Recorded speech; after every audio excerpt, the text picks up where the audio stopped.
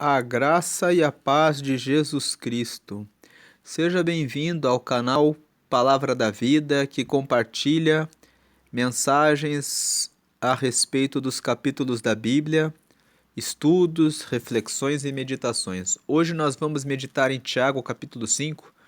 E você que acessou esse vídeo e caiu por acaso nesse canal, nós temos aqui a playlist da carta que Tiago escreveu. Vamos deixar aqui no final desse vídeo dois links. Um para você se inscrever no canal. Se você quiser se inscrever no canal agora, seja muito bem-vindo. Se inscreve e ativa as notificações para você receber outros vídeos que falam a respeito da palavra de Deus. E um outro link, onde vai ter a playlist de todos os vídeos que foram gravados sobre a Epístola de Tiago. Vamos ler aqui Tiago, capítulo 5, e com a leitura que vamos fazer hoje, vamos terminar a leitura e o estudo a respeito de Tiago. Esse é o último vídeo, que Tiago tem 5 capítulos. Nós gravamos o capítulo 1, foi dividido em vários vídeos, comentando versículos por versículos, mas o capítulo 2, o capítulo 3, o capítulo 4 e o capítulo 5, nós fizemos a gravação de um único vídeo comentando o capítulo inteiro. Vamos aqui no capítulo 5. Eia, pois, agora vós, ricos, chorai e pranteai por vossas misérias, que sobre vós hão de vir. Versículo 2. As vossas riquezas estão apodrecidas, e as vossas vestes estão comidas da traça. Versículo 3. O vosso ouro e a vossa prata se enferrujaram, e a sua ferrugem dará testemunho contra vós, e comerá como fogo a vossa carne. Entesourastes para os últimos dias. Versículo 4. Eis que o salário dos trabalhadores que ceifaram as vossas terras e que por vós foi diminuído clama. E os clamores dos que ceifaram entraram nos ouvidos do Senhor dos exércitos. Versículo 5. Deliciosamente vivestes sobre a terra e vos deleitastes e cevastes o vosso coração como num dia de matança. Versículo 6. Condenastes e matastes o justo, ele não vos resistiu. Então, esses primeiros 6 versículos da carta de Tiago falam aqui a respeito dos ricos. Não condenam os ricos pelo fato de serem ricos, mas condenam os ricos, mas esses primeiros versículos condenam os ricos em razão das atitudes que eles tomam. Veja que aqui tem muitas pessoas que leem esse texto e falam: é pecado ser rico, por isso é bom viver na pobreza. A Bíblia não está falando isso. Veja que Tiago, ele aponta para que os ricos chorem e pranteiem pelas suas misérias que haveriam de vir sobre eles, porque as riquezas dessas pessoas especificamente citadas por Tiago eram pessoas cujas riquezas não valiam para produzirem o propósito de Deus. O ouro, a prata, a riqueza que eles tinham estavam comidas de traça porque não serviam para cumprir o propósito de Deus. José de Arimateia era um senador rico. Ele cedeu a sepultura dele para que Jesus fosse sepultado ali. Ele comprou os perfumes e preparou tudo o que era necessário para o sepultamento do Senhor. Nós vemos também que Abraão era um homem rico, mas todas as propriedades e os bens que ele tinha eram dedicados a honrar a Deus. Então, quando Tiago fala aqui desses ricos, ele está falando de ricos que, olha o versículo 4, eis que o salário dos trabalhadores que ceifaram as vossas terras e que por vós foi diminuído clama, e os clamores dos que ceifaram entraram nos ouvidos do Senhor dos Exércitos. Ele está falando a respeito daqueles ricos que são injustos, daqueles ricos que não pagam o devido valor do trabalho daquele que trabalha para eles. Fala aqui a respeito daqueles que vivem de maneira deliciosa na terra e que cevaram o coração como num dia de matança. Veja que o dia de matança é o dia em que aquelas pessoas ficam pensando e preparando como que vão enganar o próximo, como vão fazer para levar vantagem nos contratos que celebram, como vão fazer para vender um produto com qualidade inferior por um valor maior, como vão fazer para se eximir de cobrirem a garantia do produto que venderam. Então ele está falando aqui a respeito de ricos, que são pessoas que carregam o mal no coração. A riqueza não é pecado, mas ser um rico que fica com o coração preso à riqueza, que fica com o coração preocupado em obter riqueza, em detrimento de Deus, que quer riqueza com o propósito de viver de maneira deliciosa na terra, sem respeitar os contratos, sem respeitar as leis, sem obedecer às leis do Senhor, é que desagrada a Deus. E como nós vemos muitas pessoas ricas no dia a dia que agem dessa forma, existe uma tendência natural de repelir a riqueza. Mas a riqueza em si não é pecado. O pecado é ter a riqueza como pretexto e argumento para se colocar em posição de superioridade em relação às outras pessoas, a ponto de dizer para elas que elas são menos, que elas não valem como seres humanos, como pessoas, como imagem e semelhança de Deus.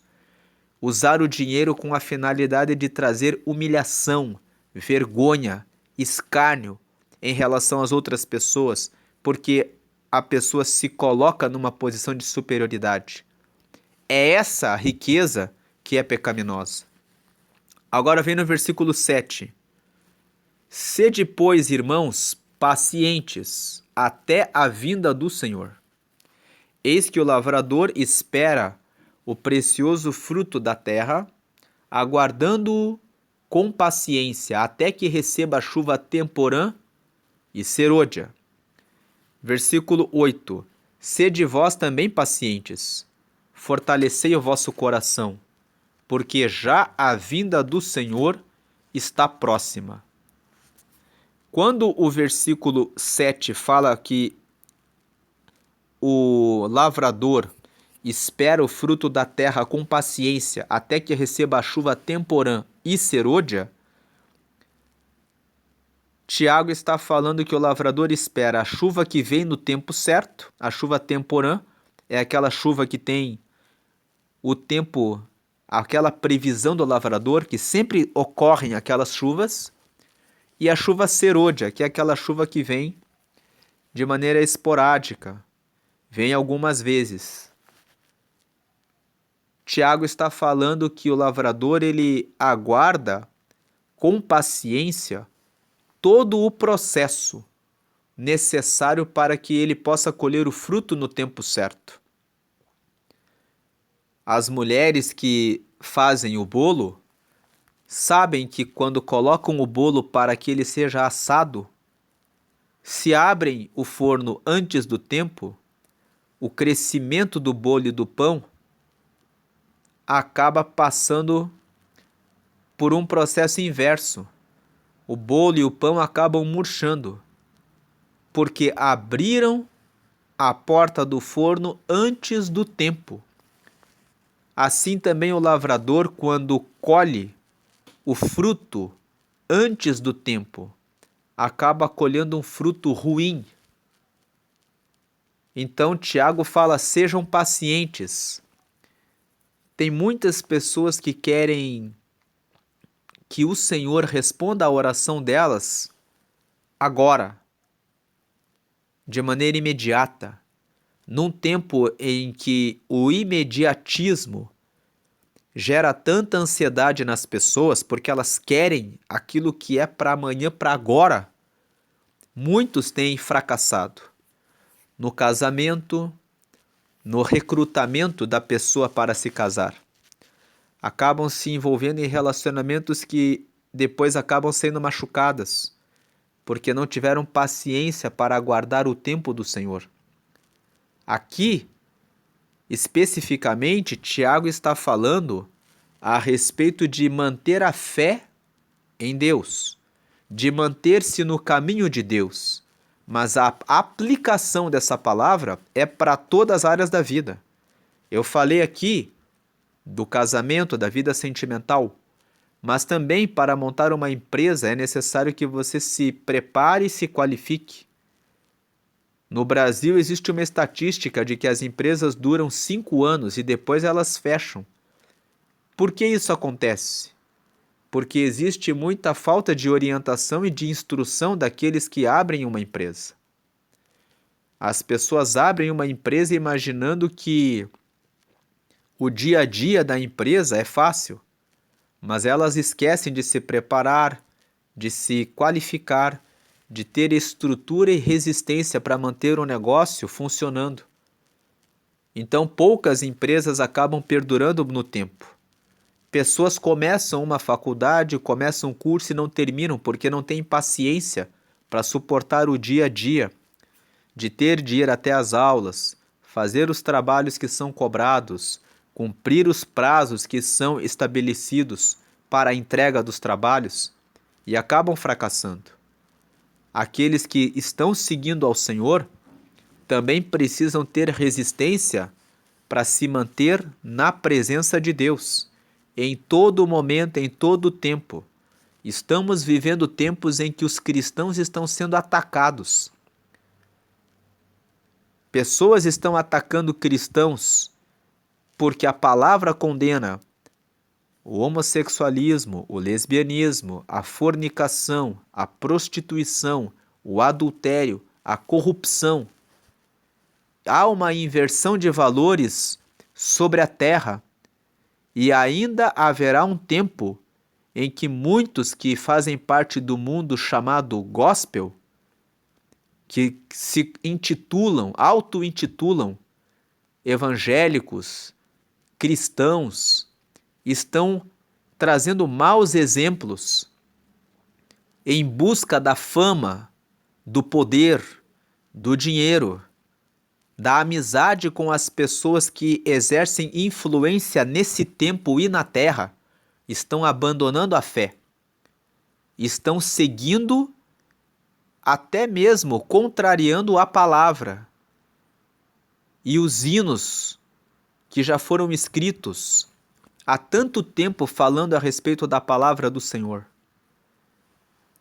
Mas nós, aqueles que querem continuar seguindo a Jesus e aguardando a vinda dele, precisamos seguir esse caminho com paciência,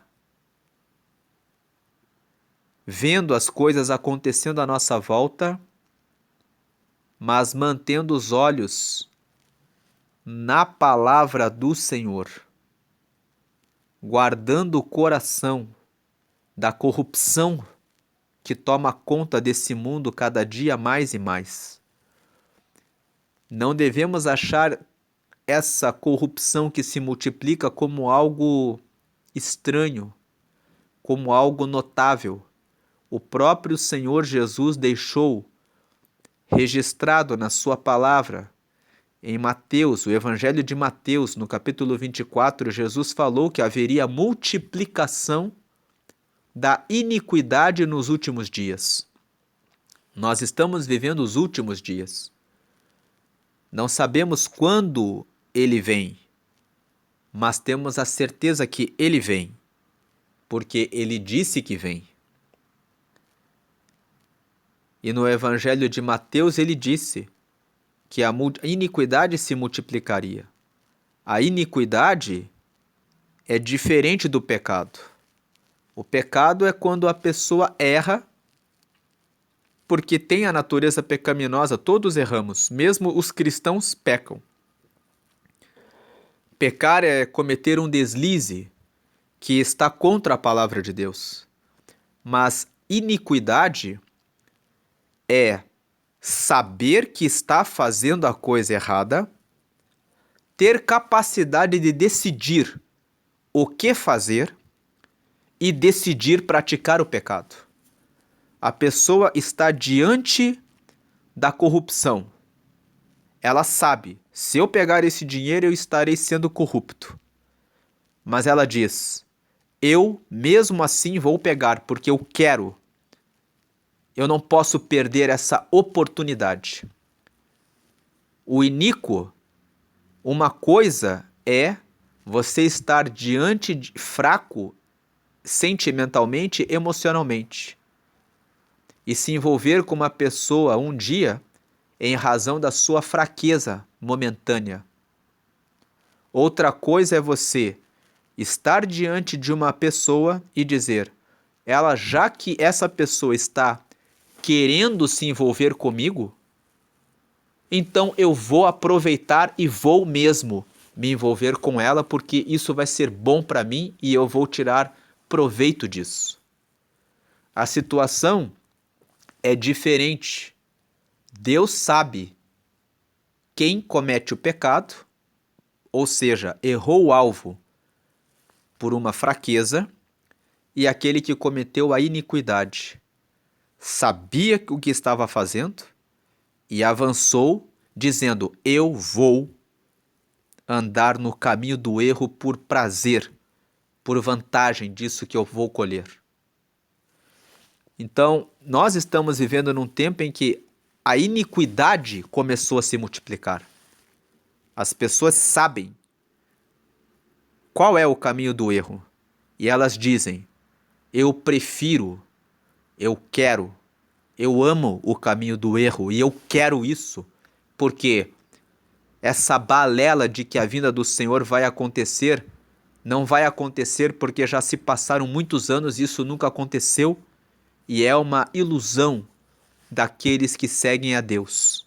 É uma mentira daqueles que dizem que seguem a Deus. E eles vão zombando.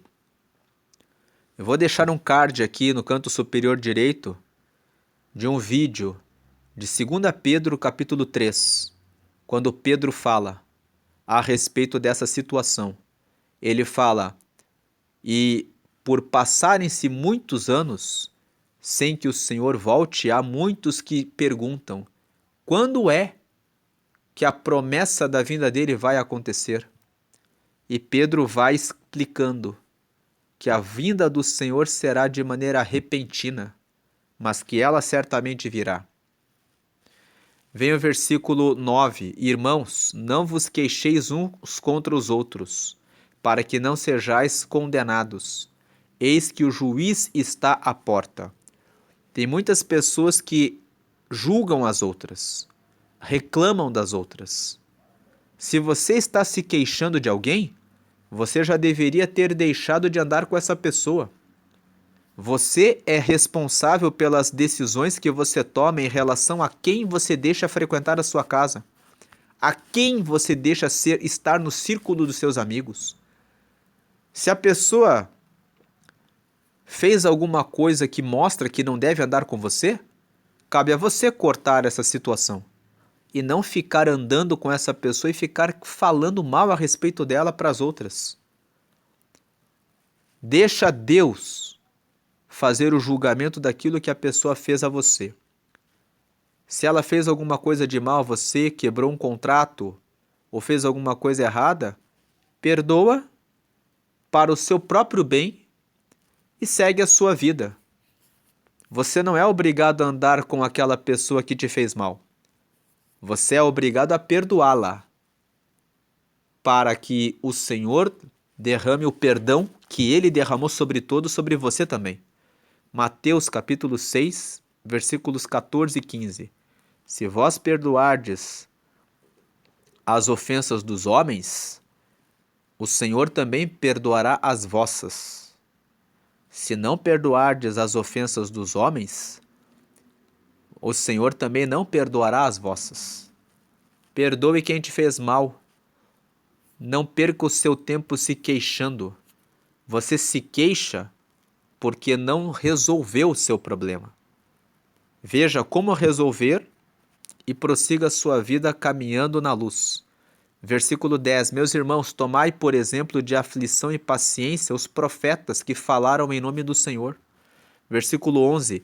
Eis que temos por bem-aventurados os que sofreram. Ouvistes qual foi a paciência de Jó, e vistes o fim que o Senhor lhe deu, porque o Senhor é muito misericordioso e piedoso. Os versículos 10 e 11 dão um incentivo para nós. Quando nós pensarmos em desistir, nós devemos pensar, olha o que aconteceu com Abraão. Deus deu para ele o filho Isaque que prometeu a ele. Olha o que aconteceu com Moisés. Ele foi realmente o líder que conduziu o povo de Israel para fora do Egito. Olha o que aconteceu com Josué e Calebe. Eles tiveram fé de que Deus lhes daria a terra prometida e lutaram e conquistaram as terras. Olha o que aconteceu com Jeremias. Ele entregou os recados de Deus, de que o povo seria levado como escravo. Zombaram dele, mas depois viram que tudo que ele falou realmente havia sido declarado por Deus. Olhem para Jó. Tiago cita Jó, dizendo: ele passou pelas provações de Deus, mas no final ele recebeu tudo em dobro e ele teve um final abençoado. O que Tiago está dizendo é: pode parecer que a vinda do Senhor não acontecerá, mas a vinda do Senhor certamente acontecerá. Então tenham paciência, sigam nesse caminho, não se queixem das pessoas do mundo, se afastem daqueles que fazem o mal. Mantenha o seu relacionamento com Deus na paciência. Mantenha esse relacionamento com Deus. Versículo 12. Mas sobretudo, meus irmãos, não jureis nem pelo céu nem pela terra, nem façais qualquer outro juramento, mas que a vossa palavra seja sim, sim e não, não, para que não caiais em condenação. Versículo 12 fala para não jurar pelo céu e nem pela terra, porque o Salmos 24 fala que do Senhor é a plenitude do céu e da terra, a terra e os homens que nela habitam. Então, quando o Salmo 24 fala que Deus é o dono, nós não podemos jurar pelo céu, porque o céu não é nosso. O céu é a morada de Deus. Só Ele tem o poder de jurar pelo céu. Também não podemos jurar pela terra, porque nós não somos os donos da terra. Não podemos determinar o crescimento de uma planta, nem o nascimento do sol, nem o seu ocaso, nem o tempo das chuvas. Deus é que governa tudo sobre o céu e também governa sobre a terra. Como poderíamos jurar que vai acontecer uma coisa no céu ou na terra se não temos o poder sobre essas coisas? Por isso Tiago fala, quando vocês se relacionarem com as pessoas, que a palavra de vocês seja muito clara, que vocês digam o sim e o não conforme tem que ser dito. Tem pessoas que têm dificuldade de dizer não. Quando uma pessoa vem e te pede dinheiro emprestado, o que você faz? Você tem um dinheiro guardado que é para o teu projeto e você fala para a pessoa: eu não tenho nada agora. Por que mentir? Basta dizer: eu não empresto dinheiro, porque a palavra fala em Provérbios, no capítulo 6, que nós não devemos ser fiadores de ninguém. Se você quer abençoar uma pessoa, dê o dinheiro a ela, porque a alma generosa prosperará. Isso está em Provérbios. Mas não faça empréstimo, porque quando você empresta, você gera uma expectativa de que a pessoa vai te devolver. E se a pessoa não te devolver, você vai ficar com mágoa no coração? Então não empreste. Se você tem o seu dinheiro para o seu projeto, diga, eu não empresto. Ou diga, eu não empresto dinheiro para ninguém nunca. Diga essa frase. Ponto. Se você quiser ajudar a pessoa, dê. Diga, tá aqui o dinheiro que você precisa. Uma terceira alternativa, para você que não sabe o que fazer, de repente quem te pede dinheiro é seu amigo, ou uma pessoa muito próxima de você.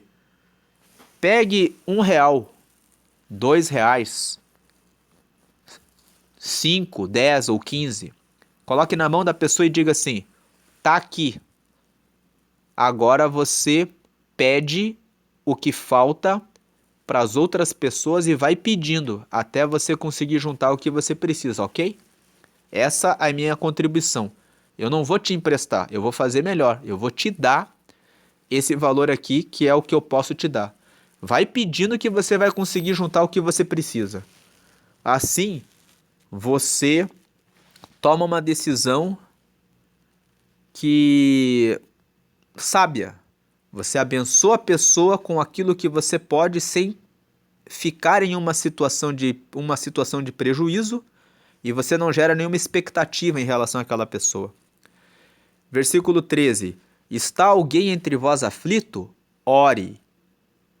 Muitas pessoas ficam em ansiedade, aflição, e elas não estão exercitando o poder da oração.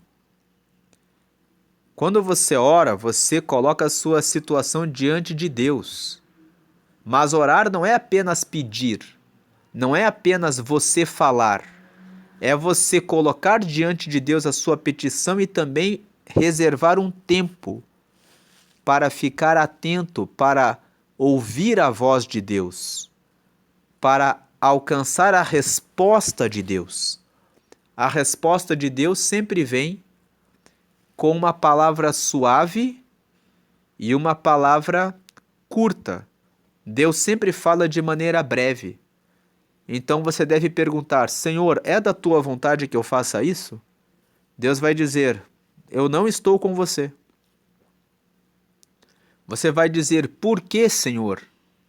Deus normalmente não responde quando a gente pergunta o porquê. Ele vai abrindo o nosso entendimento à medida em que vamos orando, até que em um determinado momento nós temos as escamas dos olhos colocadas de lado e então temos uma visão bem clara do porquê Deus fez o que fez.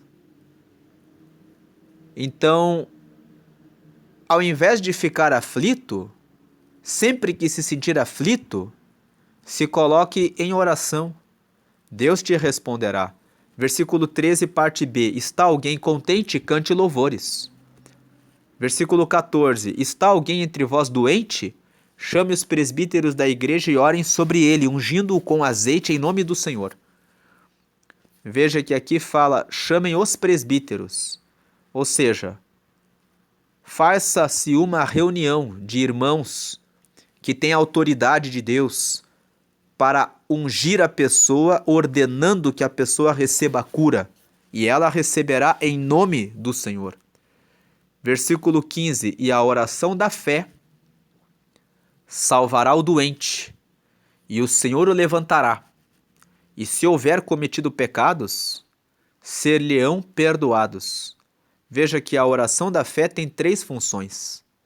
Ela salva o doente, o Senhor o levanta e perdoa os pecados do doente. Então a oração da fé tem essas 3 funções. Versículo 16.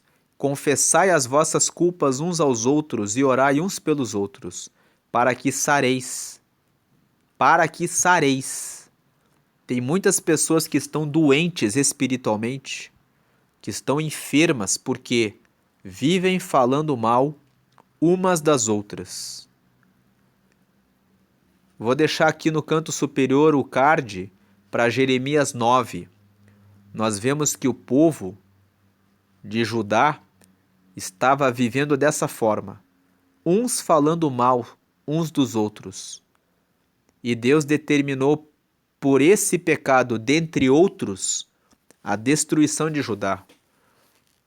No próprio, nessa carta de Tiago, quando nós meditamos no capítulo 3, Tiago fala a respeito do uso da língua, que o mau uso da língua é motivo de grandes destruições. Vou deixar no canto superior direito o card para Tiago 3, que é o capítulo que fala a respeito disso. Então ele fala: confessai as vossas culpas uns aos outros e orai uns pelos outros, para que sareis. Deus está no meio da comunhão. Salmos 133, 1. Ó quão bom e suave é que os irmãos vivam em união. É como o óleo que desce pelas barbas de Arão. O que o salmista está dizendo é que o óleo simboliza o Espírito de Deus, simboliza a presença de Deus. A presença de Deus, quando ele fala escorre pelas barbas de Arão, Arão era o sacerdote, irmão de Moisés, sacerdote do povo de Israel. Simbolizava, ele representava o povo de Israel diante de Deus. Deus está dizendo, quando existe união, ele derrama a presença dele. A presença escorrendo pela barba significa que encharca a barba e traz a presença de Deus a ponto de ficar escorrendo. O que está escorrendo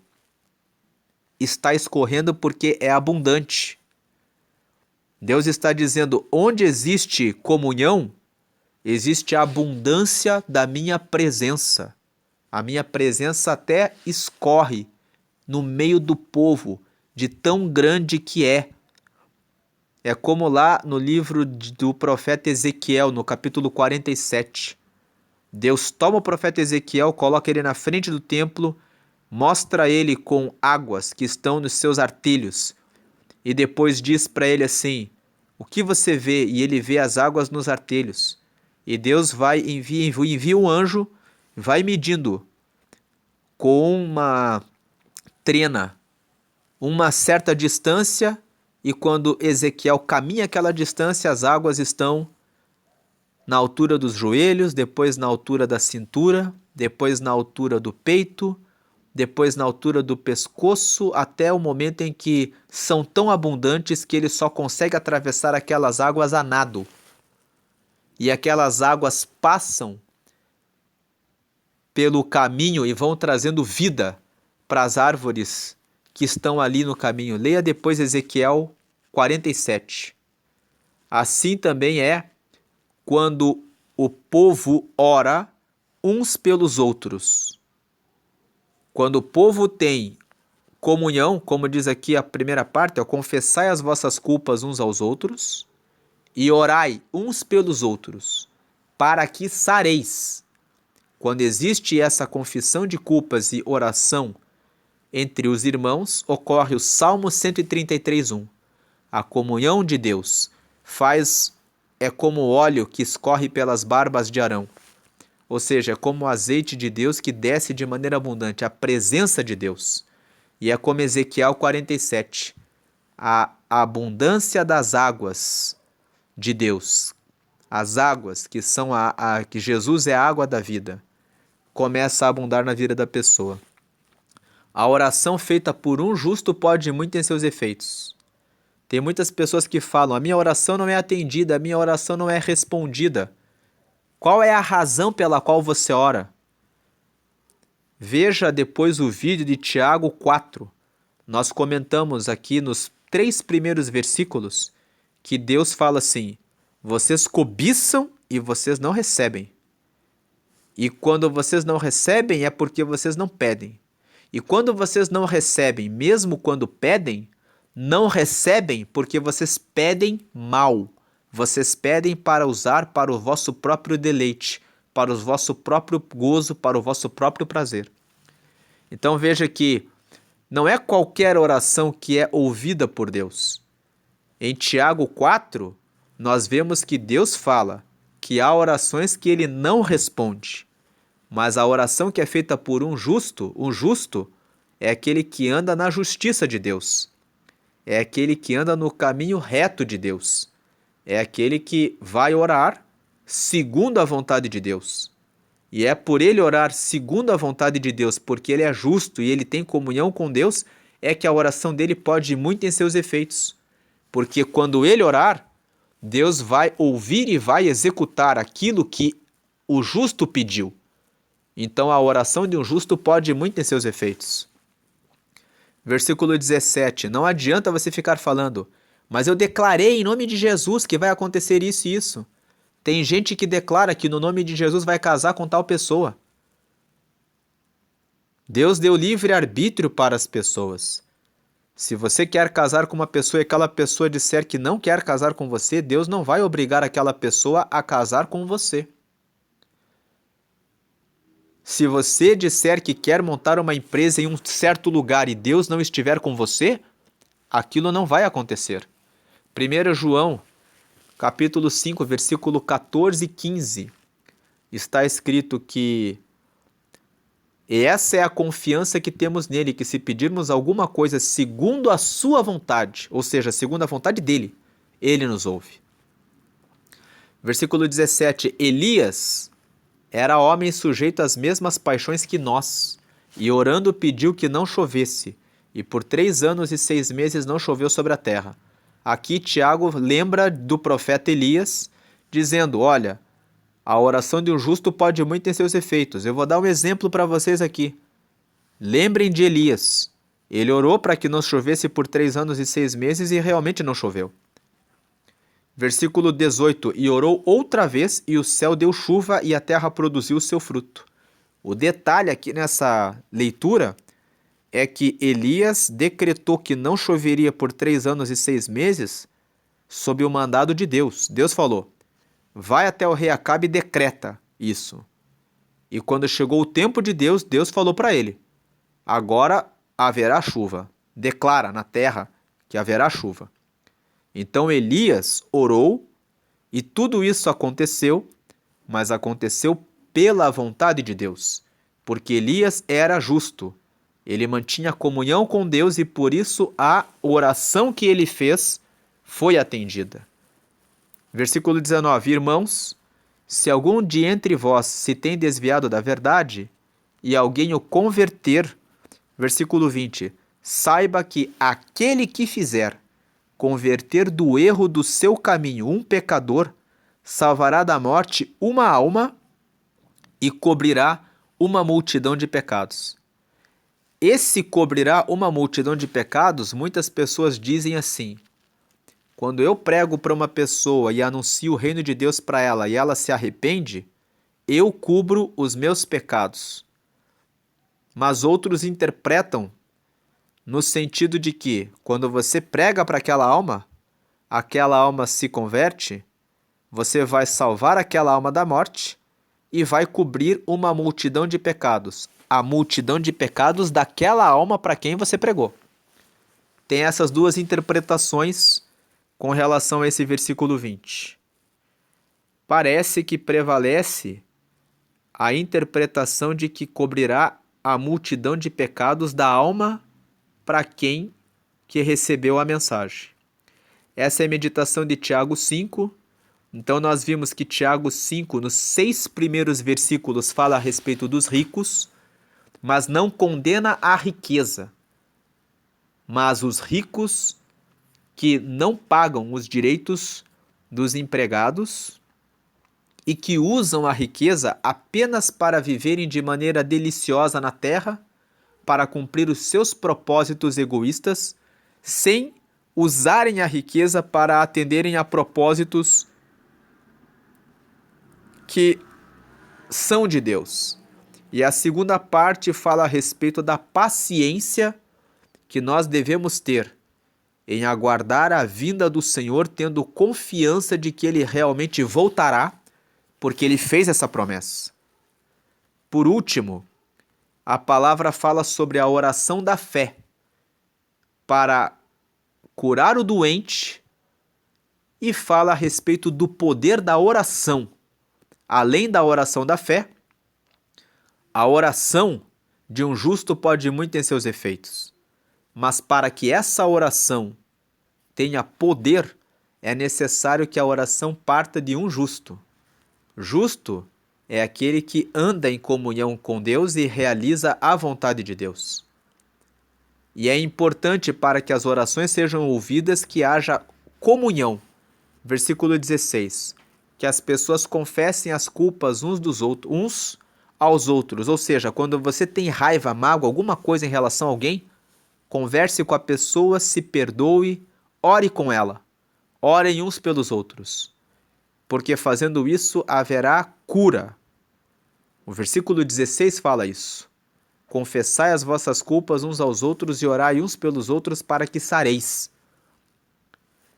Então essa é a palavra de Tiago, capítulo 5. Encerramos com isso a leitura de toda a carta de Tiago. Aqui no final do vídeo você vai encontrar um link para se inscrever no canal e um outro link com a playlist de todos os vídeos de Tiago. Que Deus abençoe a sua vida. Se inscreve no canal, você que não está inscrito, para receber o conteúdo de outros capítulos da Bíblia.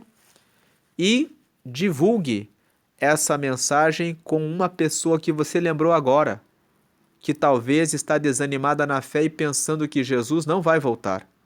Compartilhe essa mensagem para que essa pessoa tenha sua fé fortalecida e entenda a importância da paciência em aguardar a vinda do Senhor.